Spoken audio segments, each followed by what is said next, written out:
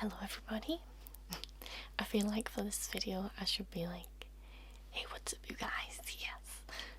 But no, I am not the queen. For this video I thought I'd do something that I'm totally obsessed with and really interested in, and that is unsolved mysteries. I love anything that can't be explained, anything supernatural, conspiracy theories, ghosts, demons, anything like that. So I thought I could do like a kind of mini series on this channel, but we all know what happens when I say I'm gonna do a series. Usually nothing. So we'll see how it goes. I got this book which is Unsolved Mysteries. Bizarre events that have puzzled the greatest minds. As you can see, it's got the pyramid and the eye, the Illuminati thing on the front. And there's a few different sections of this book. The first section is Mysterious Places. Then the second one is Unsolved Events. The third, Strange Sightings.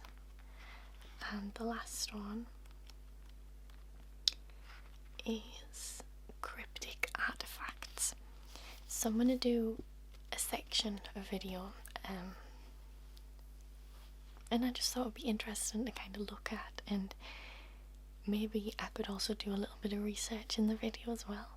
I'm not sure how it's going to go.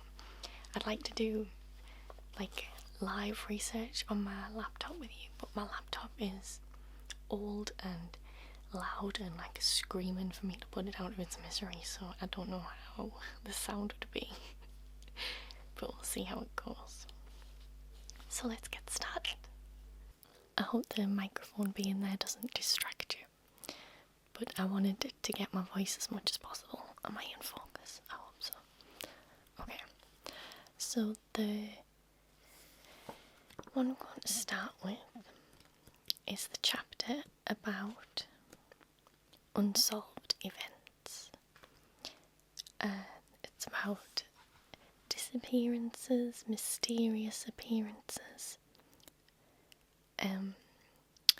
individuals whose ultimate fate has often been shrouded in mystery. So I've picked 3 that interest me the most. Start with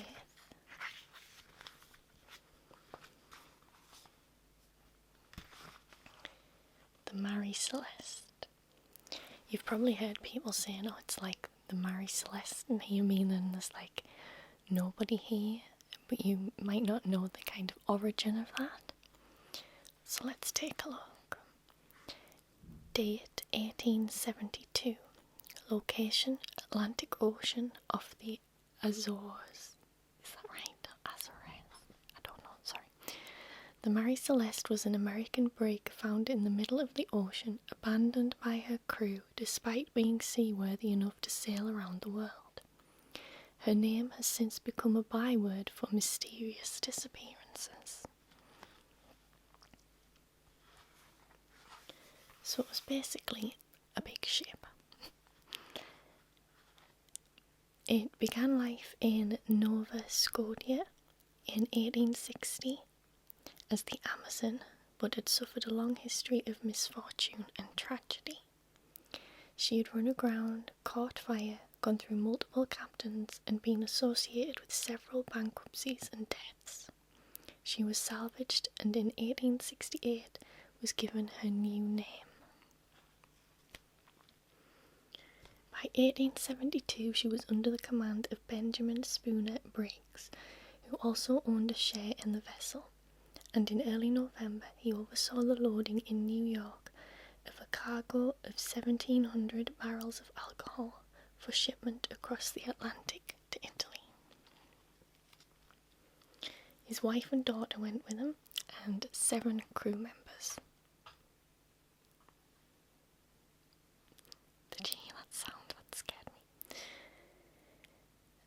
After leaving New York on November 5th, none of these people would ever be seen again.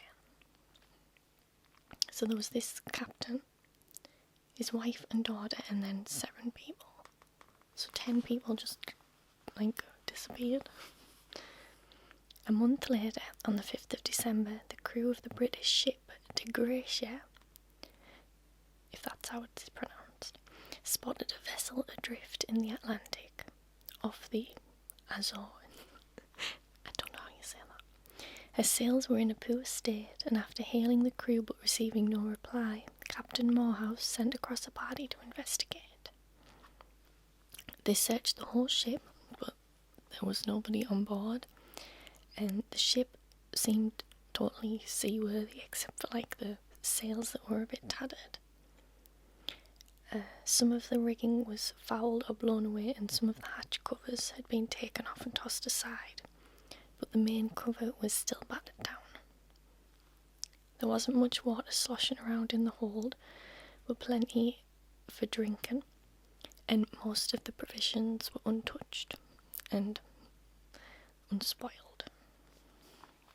So basically there was no obvious reason for the people not to still be on board. It seemed really odd that all of these people had just disappeared and there was nobody there. Why would they leave the ship?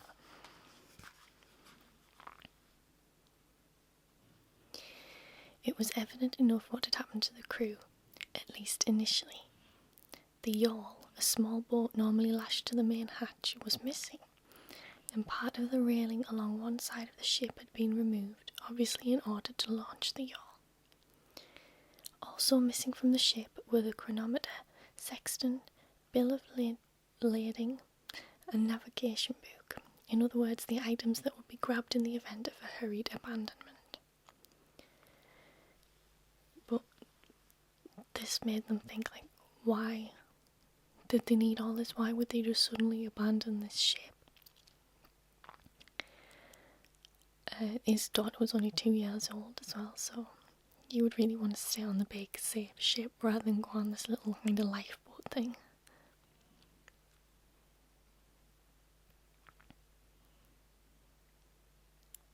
Sorry, I can't breathe. The captain of this other ship that found it sent a skeleton crew to get the Mary Celeste back to Gibraltar. And unfortunately, these were precisely the factors that would pitch the men of the Disappearances into a maelstrom of accusation, suspicion and prosecution. So basically, they thought that, they ended up getting blamed for stuff. The British Attorney General in Gibraltar, Frederick Solly Flood, smelled a rat on learning of the particulars of the case. He initially suggested that the crew of the Mary Celeste had got drunk on the cargo and murdered the captain and his family, but this theory founded on the fact that the cargo was of denatured, chemically altered alcohol, which would cause violent sickness before intoxication. So basically, he couldn't have got drunk on it because he would just be ill before you could consume enough to get drunk. So we've got a theory.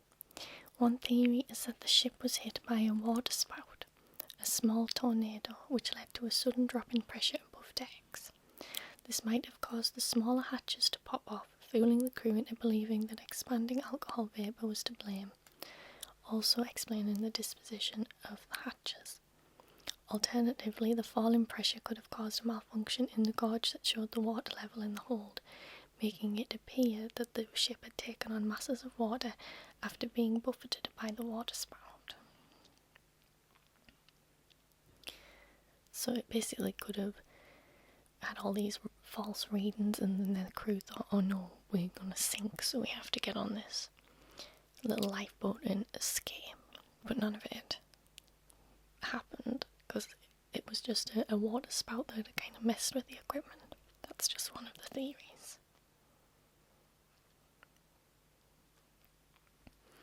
On the 16th of May 1873, a newspaper in Liverpool reported that 2 rafts had washed ashore on the coast of Spain. to which were lashed corpses and an American flag. Although this was not investigated at the time, it had been suggested that these were the last remains of the crew of the Mary Celeste. The ship herself lived on for more than a decade, making multiple crossings of the Atlantic, although maintaining her reputation as a jinxed ship. So we've got more theories. This one's more kind of out there. In the early 20th century, a popular theory attributed the disappearance of the crew to the depredations of a giant octopus. So basically, the Kraken, you might have seen it in like Pirates of the Caribbean. It's like this big sea monster that lives under the sea, and it takes ships and consumes the souls of those on the ships. Another culprit blamed is the vortex or strange force of the Bermuda Triangle, although this hypothetical area does not in fact extend as far as the Azores, however that's pronounced. But none of these theories explain why the yawl and all this different equipment was missing.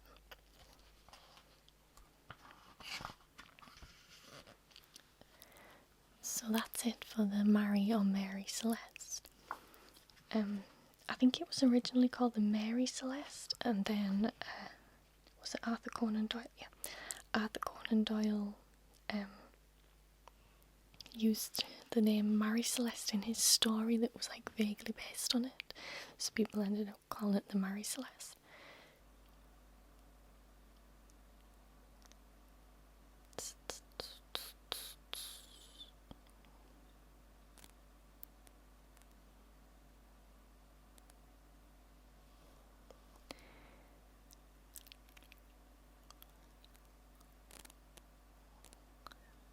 Although evidence in Gibraltar failed to support Flood's theories of murder and conspiracy, the suspicion of foul play lingered. Insurance fraud on the part of Winchester was briefly suspected. There was no inquiry.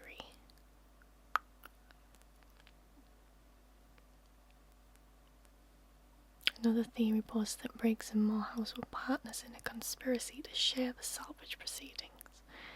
The unsubstantiated friendship between the two captains has been cited by commentators as making such a plan a plausible explanation. Interesting.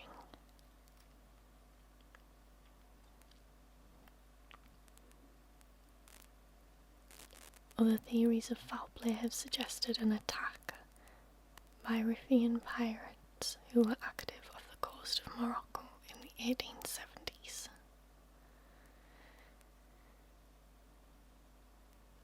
Because they would have looted the ship, yet the personal possessions of captain and crew with some of significant value were left undisturbed.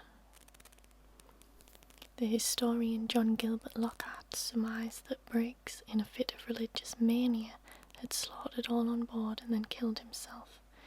In a later edition of his book, Lockhart, who had then spoken to Briggs's descendants, apologised and withdrew this theory.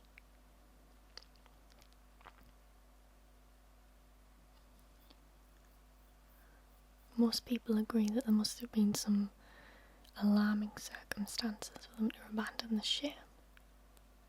Again, false impression that the vessel was taking on water rapidly.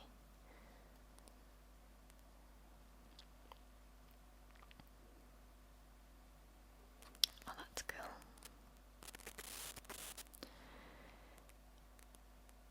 It is now believed, this is from, I don't know what year this is from, now believed that the fine brig Mary Celeste of about 236 tons, commanded by Captain Benjamin Briggs of Marion, was seized by pirates in the latter part of November, and that after murdering the captain, his wife, child and officers, the vessel was abandoned near the Western Islands, where the miscreants are supposed to have landed. Interesting. So there's all sorts of theories surrounding it. I don't think we'll ever have the answer. I think that one's really interesting. It's Why would they leave the ship? Was that their corpses that ended up washing up on the shore later? I suppose we'll never know. So the second one that I want to talk about is somebody you might have heard of, and it is a lady called Amelia Earhart, and she was a pilot who wanted to try and get a record of flying around the entire world. On July 2nd, 1937, Earhart and her navigator Fred Noonan went missing over the Pacific as they neared the end of their circumnavigation attempt in a Lockheed L-10E electric twin-engine plane. So they'd already made it 3/4 of the way around. They made it most of the way. And the US Coast Guard cutter stationed there to meet them picked up garbled radio transmissions, but the plane never arrived. It later transpired that the charts Earhart and Noonan were using were wrong. So they were using these charts that weren't exactly accurate, so that could have meant that they went off course or hit kind of different atmospheres and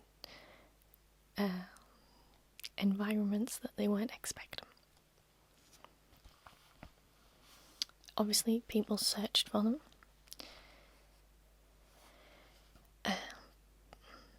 But they couldn't find anything.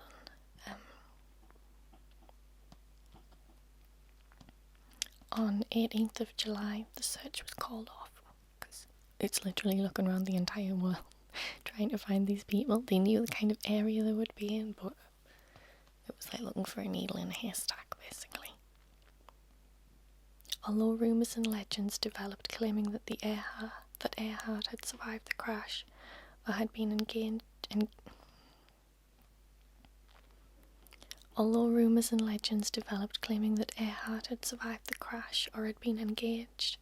on a secret mission, serious researchers accept that she and Noonan perished after their plane ran out of fuel over the Pacific. But did they ditch at sea, as the official verdict suggested? In which case the Electra would have sunk and might still be resting on the seabed. Or did they make it to an island, only to die there when they were not rescued? That's kind of sad if they ended up just like starving to death or something on one of the Pacific Islands. One of the Phoenix Islands. A 2002 expedition by the Nauticus Corporation, experienced deep-sea search and recovery experts, focused on the explanation originally given by the captain of the Coast Guard cutter. He reasoned that since Howland Island was at the limit of the Electra's range, on failing to find it, Earhart and Noonan would soon have run out of fuel and ditch the plane, hoping to make it out in one piece in their life raft and get rescued. They sent out expeditions in 2002 and 2006, but nothing. They found nothing. And this was like 2006 is like modern day. They had all this equipment and scanners and things, but literally found nothing.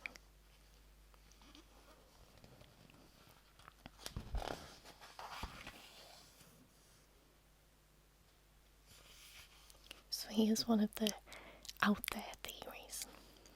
One of the many Earhart conspiracy theories claimed that the US Navy had taken advantage of the search for the aviatrix as a pretext to overfly the Marshall Islands, a Japanese mandate zone where it was suspected that they were illegally building military bases.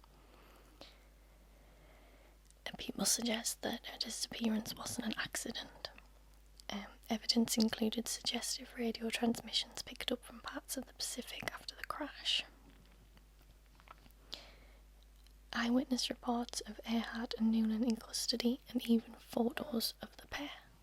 Some people believe that Earhart was killed at the hands of the Japanese, but there's been no evidence found. A soldier, St. John Naftal, served on the Pacific island Tinian just after its liberation from the Japanese in 1944. He says he was shown Earhart's and Noonan's graves. but again, there was no evidence.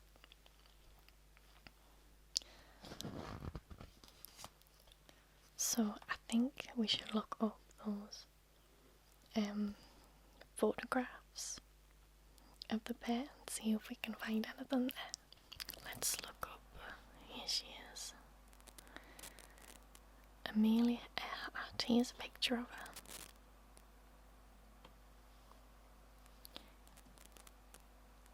Shall we see if we can see photo found.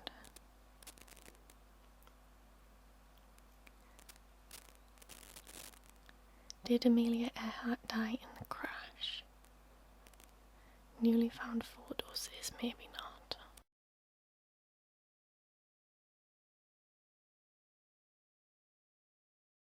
This was from July 7th, 2017. Is that her? A never-before-seen photograph has reignited the debate as to the fate of a famed pilot, Amelia Earhart, after she vanished while attempting a round-the-world flight 80 years ago.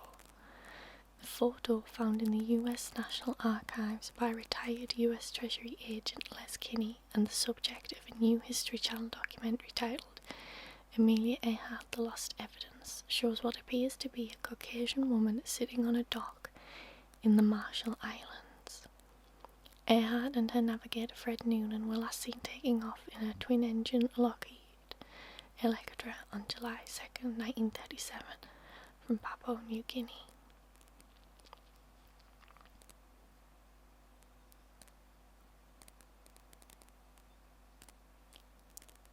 They hypothesised that Earhart veered away from Howland Island, crash-landed on the Marshall Islands and was then taken captive by Japanese forces. At first glance, I didn't see anything special about it, says Gary Tapinian, executive producer of the history documentary. He added, however, that after Kinney made the case for why he thought the photograph showed Earhart, he was instantly intrigued. Not everybody believes it was her, obviously. Her hair's shorter than that, it's not down to her collar. Yeah, it kind of looks darker as well in that picture if you look.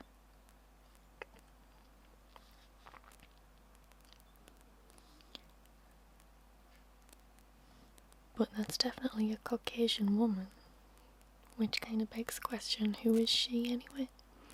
Maybe that's a whole other mystery. Or they think that's Noonan as well, because that's a Caucasian man.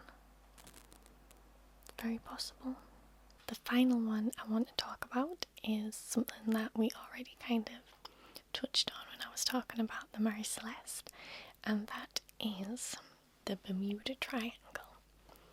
And specifically here, it's the disappearance of Flight 9 in 1945.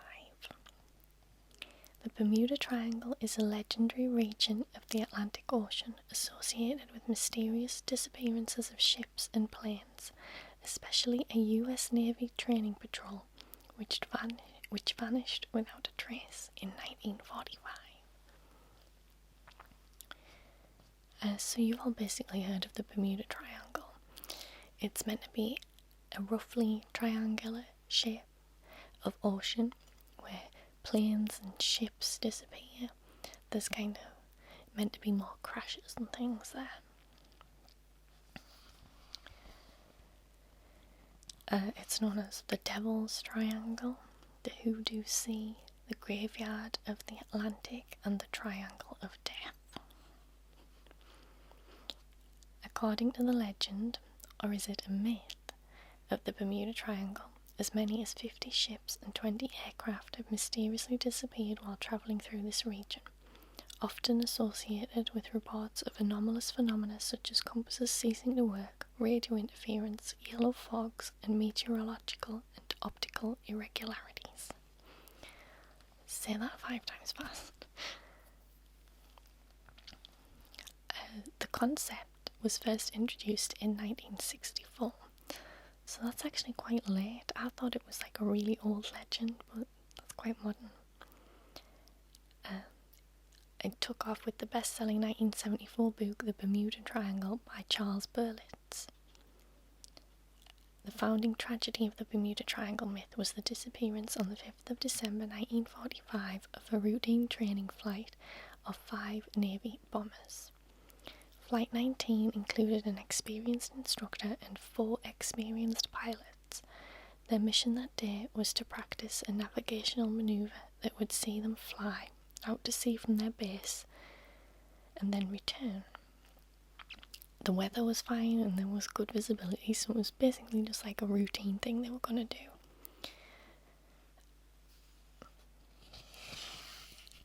At 4 p.m, a radio message between 2 of the pilots was picked up, and you could obviously tell from the transmission that they'd somehow got lost.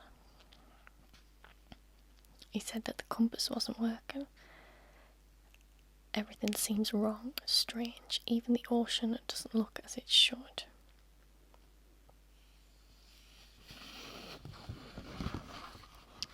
Obviously, people went to try and find them. Rescue teams, they didn't find any pilots or even any wreckage. One of the patrol planes that went out to find Flight 19 also vanished. So it's pretty obvious why it got the reputation. SS Marine Sulphur Queen, a tanker, went missing in 1963. And a nuclear submarine, the USS Scorpion, in 1968. So that's creepy.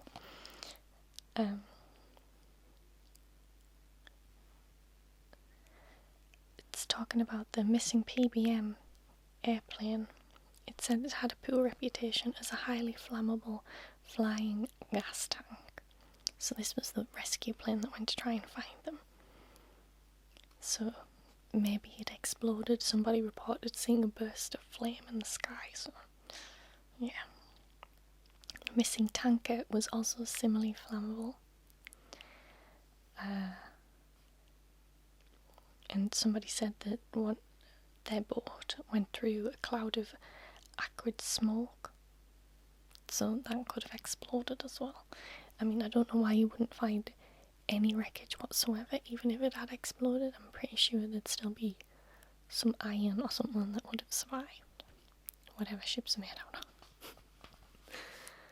Now, far out theories. The popular myth of the Bermuda Triangle goes far beyond mundane explanations. The supposed reports of strangeness that precede vanishings have been taken as evidence of a dark force or bizarre paranormal phenomenon. Perhaps some kind of vortex that sucks vessels into another dimension. Obviously this is a really out there kind of idea. It's been mentioned in multiple films. Close Encounters, just to name one of them.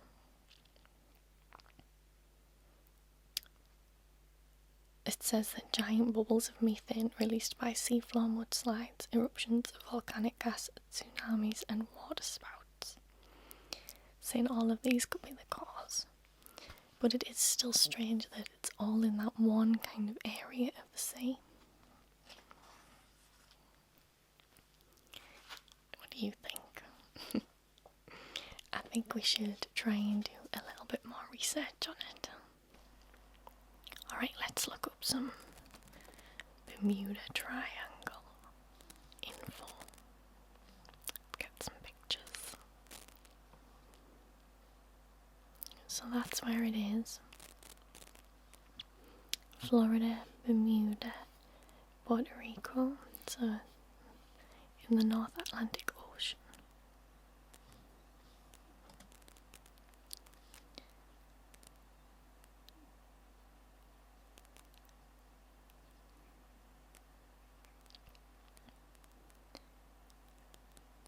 Talking about Flight 19 again. Altogether, as far as we know, 75 planes and hundreds of ships met their demise in the Bermuda Triangle, Possible causes for the catastrophes have been proposed over time, ranging from the paranormal electromagnetic interference that causes compass problems, bad weather, the Gulf Stream, and large undersea fields of methane.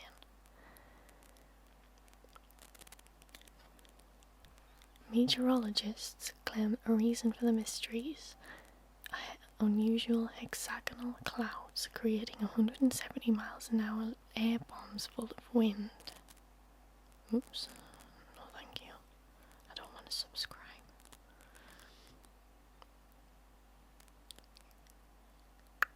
So it could be these winds causing like crazy waves and things that would kind of engulf ships, confuse planes. High strangeness is nothing new when it comes to the Bermuda Triangle, but even I have to scratch my head when I hear a new island suddenly appears out of the waters. Usually we associate this area with ships and planes going missing or having navigational problems, but a new island. Strange.